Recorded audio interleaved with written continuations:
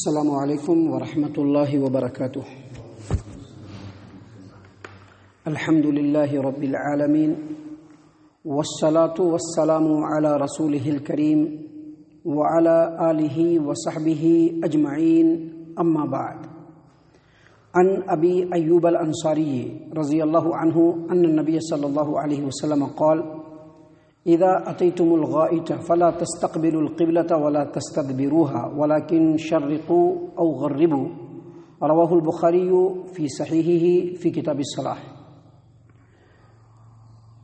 معزز سامعین کرام، قضاء حاجت کرنے کے لیے، ٹوائلٹ کے لیے جب بیت الخلاء کے اندر داخل ہو تو ہم نے بتلایا تھا اس سے پہلے کہ اللہ کے رسول صلی اللہ علیہ وسلم نے اس سے پہلے دعا پڑھنے کے لیے سکھلایا ہے۔ تو صحیح البخاری کتاب الوضوء باب ما یقول عند الخلاء حدیث نمبر 142، انس بن مالک رضی اللہ عنہ روایت کرتے ہیں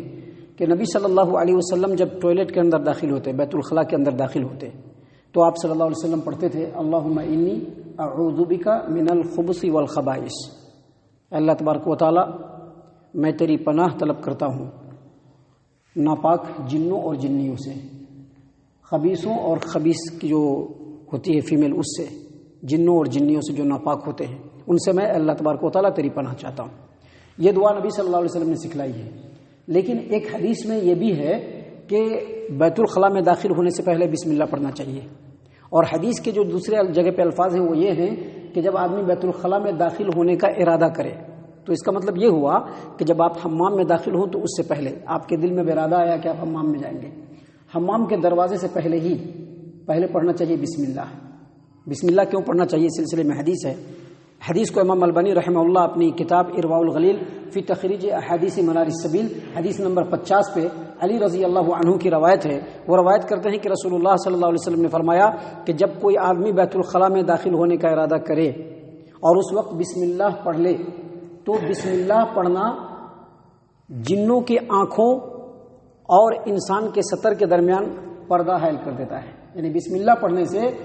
اب جو آدمی جائے گا اور اپنے جو ہے شرمگاہ کو کھولے گا، اپنے سطر کو کھولے گا اور بیٹھے گا اپنی حاجت کو پوری کرنے کے لیے، تو اس کے سطر کے درمیان اور جنوں کے آنکھوں کے درمیان اللہ تعالیٰ پردہ حائل کر دیں گے۔ لہٰذا جب بیت الخلاء میں داخل ہونے کا ارادہ کریں، حمام میں داخل ہونے سے پہلے بسم اللہ پڑھیں اور اس کے بعد پڑھیں اللہم انی اعوذ بک من الخبث والخبائث۔ سامعین کرام، بیت الخلاء جب آپ کر رہے ہوں، چاہے آپ ٹوائلٹ کے اندر کر رہے ہوں یا آپ کھلے میدان میں کہیں پہ کر رہے ہوں، اس سلسلے میں نبی صلی اللہ علیہ وسلم کی تعلیم ہے، تعلیم کو خوب غور سے سنیے۔ حدیث ہے صحیح البخاری کتاب الصلاۃ باب قبلۃ اہل المدینہ و اہل الشام والمشرق، حدیث نمبر 394 نمبر کی یہ حدیث ہے۔ ابو ایوب انصاری رضی اللہ عنہ سے روایت ہے کہ نبی صلی اللہ علیہ وسلم نے فرمایا: اذا اتیتم الغائط، جب تم قضاء حاجت کے لیے آؤ، ٹوائلٹ کے لیے جاؤ، تو نبی صلی اللہ علیہ وسلم نے فرمایا کہ جب تم ٹوائلٹ کے لیے جاؤ تو قبلے کی طرف تمہارا رخ نہیں ہونا چاہیے، اور بعض حدیثوں میں ہے کہ قبلے کی طرف نہ تو رخ ہونی چاہیے، اس میں بھی ہے نبی صلی اللہ علیہ وسلم نے فرمایا کہ تمہارا رخ بھی قبلے کی طرف نہیں ہونی چاہیے اور تمہارا پیٹھ بھی قبلے کی طرف نہیں ہونا چاہیے۔ ابھی ہمارے یہاں سے قبلہ کدھر ہے؟ پشچم کی طرف ہے، مغرب کی طرف۔ ہم جس جگہ پہ ہیں، جس ملک میں ہیں، یہاں سے آپ قبلہ مغرب کی طرف ہے، پشچم کی طرف ہے۔ تو دیکھیے حدیث کے الفاظ پر غور کیجئے، نبی صلی اللہ علیہ وسلم نے فرمایا کہ تم میں سے جب کوئی ٹوائلٹ کے لیے جائے تو اس کا رخ بھی قبلے کی طرف نہیں ہونا چاہیے اور اس کی پیٹھ بھی قبلے کی طرف نہیں ہونی چاہیے۔ نبی صلی اللہ علیہ وسلم نے کیا فرمایا؟ وَلَٰكِن شَرِّقُوا أَوْ غَرِّبُوا، پورب کی طرف رخ کر لو یا پچھم کی طرف رخ کر لو، لیکن قبلے کی طرف رخ نہیں ہونا چاہیے۔ حدیث میں آگے جو ابو ایوب انصاری رضی اللہ عنہ بیان کرتے ہیں کہ ہم لوگ شام کے ملک میں گئے تو وہاں پر دیکھا کہ بیت الخلاء یعنی ٹوائلٹ قبلے کی رخ کا ہے، تو ہم لوگ جب اس میں بیٹھتے تو ذرا ترچھا ہو کر کے بیٹھتے اور اللہ تبارک و تعالیٰ سے استغفار بھی کرتے کہ اللہ ہم سے گناہ ہو رہا ہے، اللہ ہم کو معاف کر دیجیے۔ تو یہاں پر سب سے پہلے اس حدیث پر غور کیجئے کہ نبی صلی اللہ علیہ وسلم نے فرمایا کہ تم میں سے جب کوئی قضاء حاجت کے لیے جائے تو قبلے کی طرف نہ تو رخ کرے نہ تو پیٹھ کرے، لیکن کدھر پیٹھ کرے؟ یا تو پورب کی طرف کرے یا پشچم کی طرف کرے۔ تو یہ جو حکم ہے صرف مدینہ والوں کے لیے، دوسری جگہ والوں کے لیے۔ ابھی ایک بات آپ جانتے ہی ہیں، سب آدمی سمجھتا ہے، کامن سینس کی بات ہے کہ پوری دنیا کے اندر جو کعبۃ اللہ ہے، جو ہمارا قبلہ ہے، وہ سینٹر میں ہے۔ اب ہم لوگ یہاں سے جو ہے وہاں سے پورب کی طرف ہیں، اس لیے ہمارا قبلہ کدھر پڑ رہا ہے؟ پچھم کی طرف پڑ رہا ہے۔ لیکن جو لوگ وہاں سے پچھم کی طرف ہوں گے ان کا قبلہ کدھر پڑے گا؟ پورب کی طرف پڑے گا۔ اب وہاں سے جو لوگ نارتھ سائڈ میں ہوں گے ان کا قبلہ کدھر پڑے گا؟ ساؤتھ سائڈ میں پڑے گا۔ تو مدینہ جو ہے وہ قبلے کے بالکل نارتھ سائڈ میں ہے، لہذا مدینے والوں کا قبلہ کدھر پڑتا ہے؟ ساؤتھ کی طرف پڑتا ہے، دکشن کی طرف پڑتا ہے، دکشن کی طرف پڑتا ہے۔ تو یہ جو حکم ہے نبی صلی اللہ علیہ وسلم نے فرمایا کہ نہ تو قبلے کی طرف رخ کرو اور نہ ہی پیٹ کرو، بلکہ پورب یا پچھم کی طرف تمہارا رخ ہونا چاہیے، یہ مدینہ والوں کے لیے ہے۔ حدیث میں اللہ کے رسول صلی اللہ علیہ وسلم نے یہ بتلایا ہے، یہ تعلیم دی ہے کہ آدمی چاہے کہیں پر بھی رہے اس کا رخ نہ تو منہ قبلے کی طرف ہونا چاہیے ٹوائلٹ کرتے ہوئے، اور نہ ہی اس کا پیٹ قبلے کی طرف ہونا چاہیے۔ اور اس سلسلے میں یہ بات بھی یاد رکھیے کہ اگر جیسا کہ آج کل ہمارے یہاں حمام بنا ہوا ہے، ٹوائلٹ بنا ہوا ہے، 4 دیواری کے اندر ہے، گھروں میں بھی ٹوائلٹ بنا ہوا ہوتا ہے، تو اگر اس میں بھی کہیں پہ غلطی سے کسی نے بنا دیا ہے تو وہاں پر بھی اوائڈ کرنا چاہیے، یعنی اس انداز میں بیٹھنا چاہیے کہ ذرا ترچھا ہو کر کے بیٹھے۔ لیکن اس سلسلے میں جو دوسری حدیثیں ہیں، دوسری دلیلیں ہیں، ان کے اوپر غور و فکر کرنے کے بعد اہل علم نے، محدثین نے، شارحین نے، خاص طور سے صحیح البخاری کی شرح کرنے والے، فتح الباری لکھنے والے حافظ ابن حجر اسقلانی رحمہ اللہ، اور صحیح مسلم کی شرح کرنے والے امام نووی، ان کی کتاب المنہاج شرح صحیح مسلم بن الحجاج، دونوں امامان نے اور دوسرے اہل علم نے یہ کہا ہے کہ اگر گھر کے اندر ہو، یعنی چاروں طرف سے اگر دیوار ہو، اور اگر اس کے بعد بھی کبھی کسی کو قبلے کی طرف منہ کرنا پڑ جائے ٹوائلٹ میں، یعنی کہیں پر بن گیا ہوا ایسا، اب جیسا کہ ملک شام کے اندر گئے تھے نا تو قبلے کی رخ کا تھا، اب آپ کہیں پر جائیے تو ایسا بنا دیا ہے ٹوائلٹ کو کہ آپ بیٹھ رہے ہیں تو پیچھے قبلہ پڑ رہا ہے، تو ایسی صورت میں اگر گھر کے اندر ہے، 4 دیواری کے اندر ہے، چاروں طرف سے دیوار ہے، اور اگر ایسا کرنا پڑتا ہے تو کوئی حرج کی بات نہیں، کیونکہ یہ جو حکم ہے یہ کھلے ہوئے کے لیے ہے، یعنی اگر کوئی میدان میں کرتا ہے تو میدان میں کرتے وقت اس کو چاہیے کہ یا تو وہ، اب ہم لوگ یہاں پر ہے تو یا تو وہ دکشن کی طرف اس کا رخ ہونا چاہیے یا اتر کی طرف اس کا رخ ہونا چاہیے، یا تو ساؤتھ کی طرف ہونا چاہیے یا نارتھ کی طرف ہونا چاہیے۔ لیکن اگر ٹوائلٹ کے اندر ہے، اگر وہ 4 دیواری میں بنا ہوا ہے تو جس طرف بھی رخ رہے گا کوئی حرج کی بات نہیں۔ اس سلسلے میں اہل علم نے یہی بات کہی ہے، اور اس کی دلیل بھی ہے، یہ بات بلا دلیل نہیں ہے، دلیل ہے صحیح البخاری کی روایت ہے کتاب الوضو کی، حدیث نمبر 145۔ آپ کو اس سے پہلے بھی یہ حدیث میں نے سنائی تھی لیکن مختصر سنائی تھی۔ عبداللہ ابن عمر رضی اللہ عنہما وہ کہتے ہیں کہ ایک بار میں ام المومنین حفصہ رضی اللہ عنہا کے چھت پہ چڑھا، چونکہ حفصہ رضی اللہ عنہا ان کی بہن ہے اور نبی اکرم صلی اللہ علیہ وسلم کی زوجہ محترمہ ام المومنین ہیں، تو اپنے بہن کے گھر کے چھت پہ چڑھے تو انہوں نے کہا کہ میں نے دیکھا نبی صلی اللہ علیہ وسلم کو،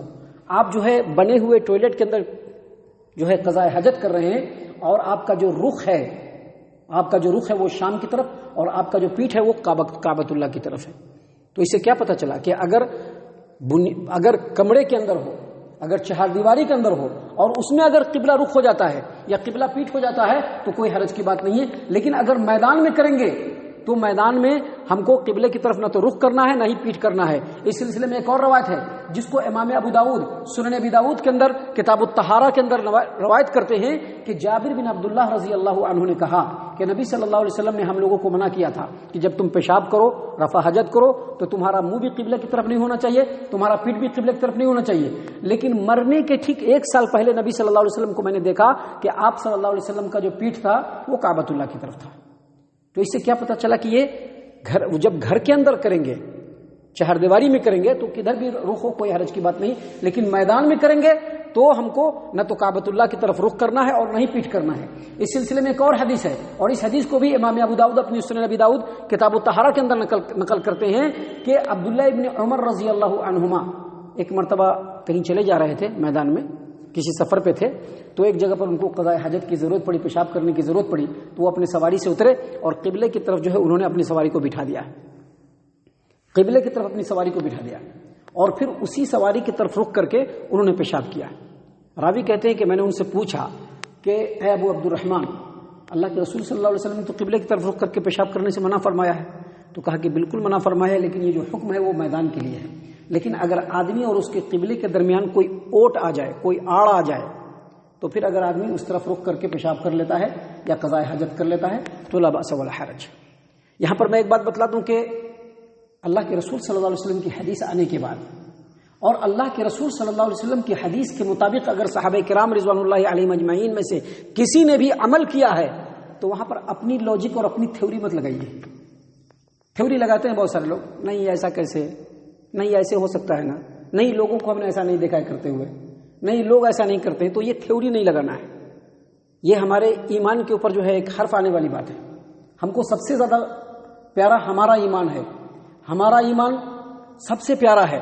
ہماری جان سے بھی، ہمارے مال سے بھی، ہمارے ہر چیز سے پیارا ہمارا ایمان ہے. اور یہ ہمارا ایمان اگر صحیح سلامت اور درست ہے تو دنیا کے اندر بھی سرخروئی ہوگی اور قیامت کے دن اللہ تبارک و تعالیٰ کی بارگاہ میں بھی سرخروئی ہوگی. اب ذرا غور فکر کیجئے کہ ایمان ہمارا کس کے اوپر ہے؟ ایمان ہمارا ہمارے اللہ کے اوپر ہے،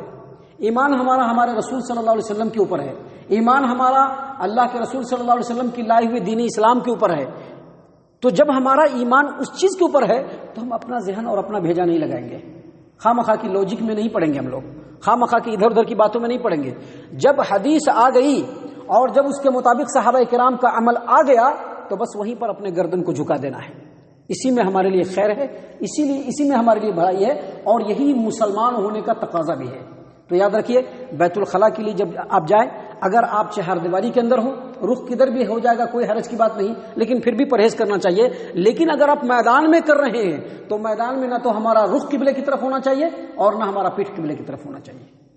محترم سامعین اکرام، اس سلسلے میں ابھی اور بھی بہت ساری باتیں ہیں جو انشاءاللہ کل اور کل کے بعد کے درسوں میں ہم آپ کے سامنے اللہ تبارک و تعالیٰ کی توفیق اور اس کی اجازت سے پیش کریں گے. اللہ تعالیٰ سے دعا ہے کہ اللہ تعالیٰ ہم تمام کو ان تمام باتوں کے اوپر ٹھنڈے دل سے غور و فکر کرنے کی توفیق عنایت فرمائے. جو بھی علم سیکھ رہے ہیں اللہ تعالیٰ صحیح قرآن اور حدیث کے قرآن اور صحیح حدیثوں کی روشنی میں ہمیں علم سیکھنے کی توفیق عنایت فرمائے. اللہ تعالیٰ اللہ اور اس کے رسول صلی اللہ علیہ وسلم کا اتباع کرنے والا بنائے، صحابہ کرام رضوان اللہ علیہم اجمعین کے طریقے پر چلنے والا بنائے، جنت الفردوس میں جگہ عطا فرمائے. اے اللہ ہم تمام کو جہنم سے پناہ دے، اے رب العالمین ہم تمام کو جہنم سے پناہ دے، اے مالک الملک ہم تمام کو جہنم سے پناہ دے. آمین یا رب العالمین. وما علینا الا البلاغ المبین.